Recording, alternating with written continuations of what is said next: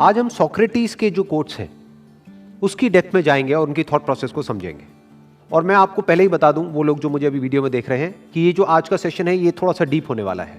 तो अगर आपके अंदर ये पेशेंस है डीपली ये समझने का कि समझते कैसे हैं, तो ही ये वीडियो देखिए, वरना इस वीडियो को बंद कर दीजिए। तो सोक्रेटिस का जो पहला कोट है और सबसे फेमस कोट है जिसपे उन्होंने अपनी पूरी लाइफ एम्फसाइज किया अलग अलग तरीके से, वो है the only true wisdom is in knowing you know nothing. ये कह रहे हैं कि दुनिया में सबसे समझदार इंसान वो है जो ये जानता है कि मैं कुछ भी नहीं जानता।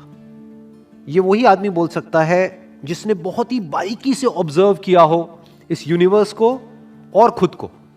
अगर किसी ने बारीकी से ऑब्जर्व नहीं किया है तो वो क्या करेगा, या मासेस क्या करते हैं, ये कुछ बुक्स पढ़ी, उसको पढ़ करके अंदर कुछ फीड किया, या लोगों से सुना, या कुछ एक्सपीरियंस किया, उन सबको अपने अंदर फीड कर दिया, और एक इल्यूजन हो जाती है उन लोगों को कि मुझे पता है, कि मैं जानता हूं। बट वो कभी उस जानने को क्वेश्चन नहीं करते कि आप एक्चुअल में जानते हो या फिर आपको लग रहा है कि आप जानते हो। दोनों में जमीन आसमान का फर्क है। क्या एक्चुअल में हम इस यूनिवर्स के बारे में कुछ भी जानते हैं? The beauty of this quote is कि इसको हजारों साल पहले कहा गया है। तब हमारे पास में ऐसे साइंटिफिक इंस्ट्रूमेंट्स नहीं थे कि इस बात को वेरीफाई किया जा सके। At that time, you need great deal of intelligence and a questioning mind to understand the limitation of knowledge. आज तो बड़ा आसान है इसको समझाना। फॉर एग्जाम्पल, ये जो कोट में कहा जा रहा है, अगर इसको हमको समझना हो तो कैसे समझेंगे? जो भी नॉलेज है, जिसको हम नॉलेज कहते हैं, वो चाहे इंटरनेट पे हो, चाहे किसी बुक में हो, चाहे कहीं पर भी हो, चाहे हमारी ब्रेन के अंदर फीडेड है, वो नॉलेज कहां से आती है? नॉलेज से पहले होता है एक्सपीरियंस। एक्सपीरियंस कैसे होता है? एक्सपीरियंस हमको होता है हमारे 5 सेंसेस के थ्रू, जो हम देखते हैं, सुनते हैं, स्मेल करते हैं, टेस्ट करते हैं, टच करते हैं। उन एक्सपीरियंसेस के बेस पर नॉलेज क्रिएट होती है। Without experience there can't be any knowledge. So the ground of knowledge is experience. अब एक बार एक्सपीरियंस को क्वेश्चन करते हैं कि एक्सपीरियंस क्या है। एक्सपीरियंस इज ऑलवेज लिमिटेड, क्योंकि जो इंस्ट्रूमेंट है जिसके थ्रू वो एक्सपीरियंस हो रहा है, यानी कि जो हमारे सेंसेस हैं, वो लिमिटेड है। हमारे सेंसेस कभी भी इस यूनिवर्स के किसी भी एस्पेक्ट की कंप्लीट पिक्चर नहीं देख सकते, बस एक लिमिट में देख सकते हैं, जो लिमिट है उस इंस्ट्रूमेंट की। आज हमारे पास में बहुत सारे साइंटिफिक इंस्ट्रूमेंट्स ऐसे हैं जो अगर अभी यहां पर लगा दिए जाएं तो अभी आंखों से मुझे कुछ दिख रहा है। यहां पे मान लो ये कैमरा दिख रहा है, बट अगर अभी यहीं पर कुछ ऐसे साइंटिफिक इंस्ट्रूमेंट्स लगा दिए जाएं तो ये कैमरा दिखना बंद हो जाएगा। और इसके बीच में, यानी मैं यहां पर जहां बैठा हूं और ये जो कैमरा है, इसके बीच में जहां पर अभी इन आंखों से कुछ नहीं दिख रहा है, वहां पे कुछ दिखना शुरू हो जाएगा, कुछ माइक्रो ऑर्गेनिजम्स दिखने शुरू हो जाएंगे। तो इन दोनों में से सच क्या है? ये दो अलग अलग एक्सपीरियंसेस हैं। एक इंस्ट्रूमेंट के थ्रू देख रहे हैं तो ये कैमरा है, दूसरे इंस्ट्रूमेंट के थ्रू देख रहे हैं तो ये कैमरा नहीं है। एक इंस्ट्रूमेंट के थ्रू देख रहे हैं, यानी इन आंखों के थ्रू, तो इस कैमरे के बीच में और इसके बीच में कुछ भी नहीं है। दूसरे इंस्ट्रूमेंट से देख रहे हैं तो बहुत कुछ है, लेकिन ये कैमरा नहीं है। तो दोनों में से क्या सच है, क्या झूठ है? अगर इस फिनोमेना को और आपको बारीकी से और डीपली समझना है तो आप क्वांटम फिजिक्स को स्टडी कर सकते हो, कि जब एटम्स को ऑब्जर्व किया जाता है, यानी कि एक इंस्ट्रूमेंट को प्लेस किया जाता है, तो वही एटम्स जब उनको फायर करते हैं तो दे बिहेव लाइक पार्टिकल्स। लेकिन जब उस इंस्ट्रूमेंट को प्लेस नहीं किया जाता है, when there is no observer observing that phenomena, then those same atoms behave like waves. आज हमको ये पता है कि all this matter, this universe is made up of atoms and subatomic particles. In other words, कि जो universe हमको particle के जैसा लग रहा है, क्या ये पार्टिकल है या वेव है? जब हम क्वेश्चन करते हैं इंस्ट्रूमेंट्स को जिसके थ्रू एक्सपीरियंसेस होते हैं, फिर चाहे वो इंस्ट्रूमेंट हमारे 5 सेंसेस हो या कोई मैन मेड इंस्ट्रूमेंट हो, कोई भी इंस्ट्रूमेंट हो, every instrument is limited. An instrument can never see the whole of anything. एक इंस्ट्रूमेंट सिर्फ रियलिटी के हमको छोटे से फ्रेगमेंट को दिखा सकता है, उसके छोटे से एस्पेक्ट को दिखा सकता है। अगर उसके बेस पे हम एक कंक्लूजन ड्रॉ करते हैं कि मुझे पता है कि ये क्या है, तो वो कंक्लूजन गलत है, हमें एक्चुअल में नहीं पता है। इसके लिए यू नीड रियल विजडम। मतलब जो बेवकूफ लोग होते हैं और एक्चुअल में समझदार होते हैं, उसमें सबसे बड़ा फर्क क्या होता है? बेवकूफों को सब पता होता है। बेवकूफ लोग ये मानते हैं कि जो भी उनको पता है वो सब सही है, और उनके अंदर ईगो होती है अपनी नॉलेज की, मैं जानता हूं। जो एक्चुअल में समझदार लोग होते हैं वो क्वेश्चन कर देते हैं उस नॉलेज को, और जैसे ही उस पर क्वेश्चन मार्क लगाते हैं उनको समझ आता है कि मैं कुछ भी नहीं जानता, I don't know anything about this universe. जो भी हमारी नॉलेज है that is nothing but a stand point, that is just a point of view, कि एक एंगल से आप देखते हो तो लगता है कि वो है, दूसरे एंगल से देखते हो तो वो नहीं है। इसको बोलते हैं रिलेटिव नॉलेज, इसको बोलते हैं को एग्जिस्टेंस। क्या आंखों की वजह से ये यूनिवर्स जो दिख रहा है वो है, या इस यूनिवर्स की वजह से आंखें हैं? क्या आवाज की वजह से कान है, या कानों की वजह से आवाज है? दोनों एक दूसरे पे डिपेंड करते हैं। कान तो हो लेकिन अगर कोई आवाज ही ना हो तो कान का होना ना होना बराबर हो गया। आंखें तो हो लेकिन लाइट ना हो तो आंखों का खुला होना और बंद होना बराबर है। तो क्या लाइट की वजह से आंखों की एग्जिस्टेंस है, या आंखों की वजह से लाइट की एग्जिस्टेंस है?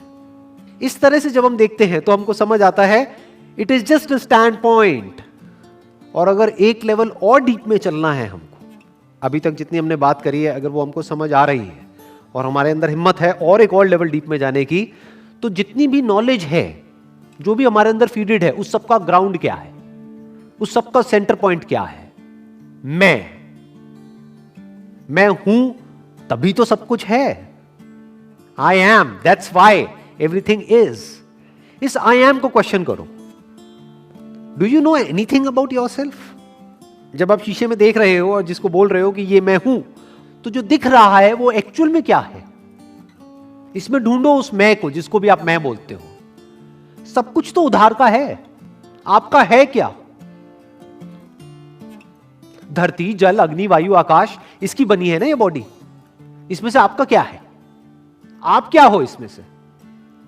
जो भी आपके ब्रेन के अंदर मेमोरी फीडेड है, उस मेमोरी के बेस पे आप सोचते हो, जिसको थॉट्स बोलते हैं, थिंकिंग बोलते हैं। क्या वो मेमोरी आपकी है? जो भी नॉलेज आपके अंदर फीडेड है क्या वो आपकी है? सब उधार की है, सब बाहर से अंदर आई है। जब आप पैदा हुए थे, मां के पेट से निकले थे, अंदर कोई नॉलेज नहीं थी, अंदर कोई वर्ड्स नहीं थे, कोई लैंग्वेज नहीं थी। पहले आपने लैंग्वेज सीखी, फिर उस लैंग्वेज के थ्रू कुछ नॉलेज एक्वायर करी, उस नॉलेज को अंदर फीड कर लिया, जिसको मेमोरी बोलते हैं। उस मेमोरी के बेस पे आप सोचते हो और सोच करके कहते हो कि ये मेरी थिंकिंग है, ये मैं हूं, मैं सोच रहा हूं। कौन सोच रहा है?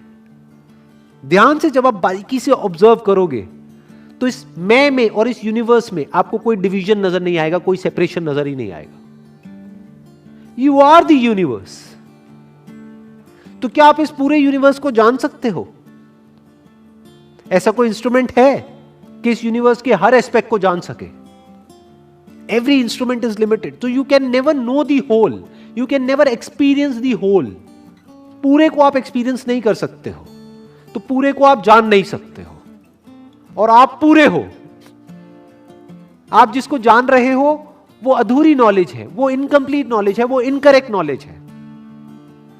तो आपकी सारी नॉलेज गलत है। उसका जो बेस है, यानी कि आप, मैं ये हूं, वो ही बेस गलत है जब उसको आप क्वेश्चन करते हो। तो जो भी कुछ मैं जानता हूं खुद के बारे में या दूसरों के बारे में या इस यूनिवर्स के बारे में, वो सब गलत है। क्यों? क्योंकि मैं कैसे जानता हूं? तोड़ करके, जबकि सब कुछ जुड़ा हुआ है। सब कुछ एक दूसरे से जुड़ा हुआ है, चाहे हमें दिख रहा है चाहे नहीं दिख रहा है। Everything is interconnected and interdependent. तो जब मैं पूरे को एक्सपीरियंस ही नहीं कर सकता, ऐसा कोई इंस्ट्रूमेंट है ही नहीं, तो पूरे को जान कैसे सकता हूं? और जब पूरे को जान नहीं सकता तो जो भी मैं जानता हूं वो अधूरा है, वो पूरा नहीं है। इनफैक्ट इसी के साथ में एक और इनका कोट जुड़ा हुआ है, वो है I know you won't believe me. मुझे पता है आप मुझ पर विश्वास नहीं करोगे, but the highest form of human excellence is to question oneself and others. जिस तरीके से इन्होंने ये बोला है वो बड़ा इंटरेस्टिंग है। ध्यान से ऑब्जर्व करो, क्या कह रहे हैं? आई नो यू वोंट बिलीव मी। क्यों? ये मजाक उड़ा रहे हैं आपका, मासिस का मजाक उड़ा रहे हैं। क्यों? क्योंकि उनको पता है वो बिलीव्स में ही जीते हैं, और जो भी वो बिलीव करते हैं उसको पकड़ करके बस बैठे रहते हैं। उससे अलग कुछ भी होता है तो उसको कॉन्ट्रडिक्ट करते हैं, उससे लड़ते हैं, उसको काटते हैं, उसको नहीं मानते हैं। बस जो मानते हैं, बचपन से जो उनको मनाया गया है, जिस भी तरह के बैकग्राउंड से वो हैं, बस उसको पकड़ के बैठे रहते हैं। और उस बिलीफ को अगर कोई क्वेश्चन करता है तो जो क्वेश्चन करता है उस पर अटैक कर देते हैं। तो पहले ही कह रहे हैं, मतलब इस कोटेशन की शुरुआत कहां से हो रही है? I know you won't believe मी। क्यों? क्योंकि आप लोग बिलीफ में ही जीते हो, बिलीफ में ही मरते हो। उसको क्वेश्चन करने का दम नहीं है, बहुत कम लोगों में होता है। और जिनमें यह दम होता है, मासेस जो है वो उसके अगेंस्ट हो जाते हैं, क्योंकि मासेस बिलीफ्स में जीते हैं। इनफैक्ट सोक्रेटिस के साथ भी यही हुआ था। इन्होंने क्वेश्चन किया। किसको क्वेश्चन किया? वहां के जो बिलीफ्स थे उनको क्वेश्चन कर दिया, उनके देवी देवताओं को क्वेश्चन कर दिया। तो जो मासेस हैं वो उसके अगेंस्ट हो गए, तो एंड में उसको मार दिया गया। अलग अलग रिलीजन के अलग अलग लोग हैं जिन्होंने अलग अलग बातें मान रखी हैं, डिपेंडिंग अपॉन कि उनकी अलग अलग बुक्स में क्या अलग अलग लिखा हुआ है, और वो उसको पकड़ करके बैठे हुए हैं। इसीलिए वो लोग आपस में लड़ते झगड़ते हैं। क्यों? क्योंकि बुक्स अलग अलग है, तो लिखा हुआ अलग अलग है, तो वहां पे लड़ाई झगड़ा होना ही होना है। मैं कुछ मानता हूं, तू कुछ और मानता है, तो मैं और तू की लड़ाई होनी ही होनी है। सारी लड़ाइयां इसी लेवल पे है। क्वेश्चनिंग के लेवल पे कोई लड़ाई नहीं है। क्वेश्चनिंग दो लोग मिल करके भी कर सकते हैं। दो अलग अलग रिलीजन के लोग अगर इंटेलिजेंट है तो मिल करके भी क्वेश्चनिंग कर सकते हैं। आओ बैठ करके क्वेश्चनिंग करते हैं कि इस बुक में क्या है, उस बुक में क्या है, निकालते हैं इसमें से। तो क्या कहा जा रहा है कि कुछ भी मानो मत, यहां पर भर करके मत बैठे रहो। जो भी यहां भरा हुआ है उसको क्वेश्चन करो, जो भी कहीं लिखा हुआ है उसको क्वेश्चन करो, जो भी कोई कह रहा है उसको क्वेश्चन करो, चाहे वो कोई भी हो।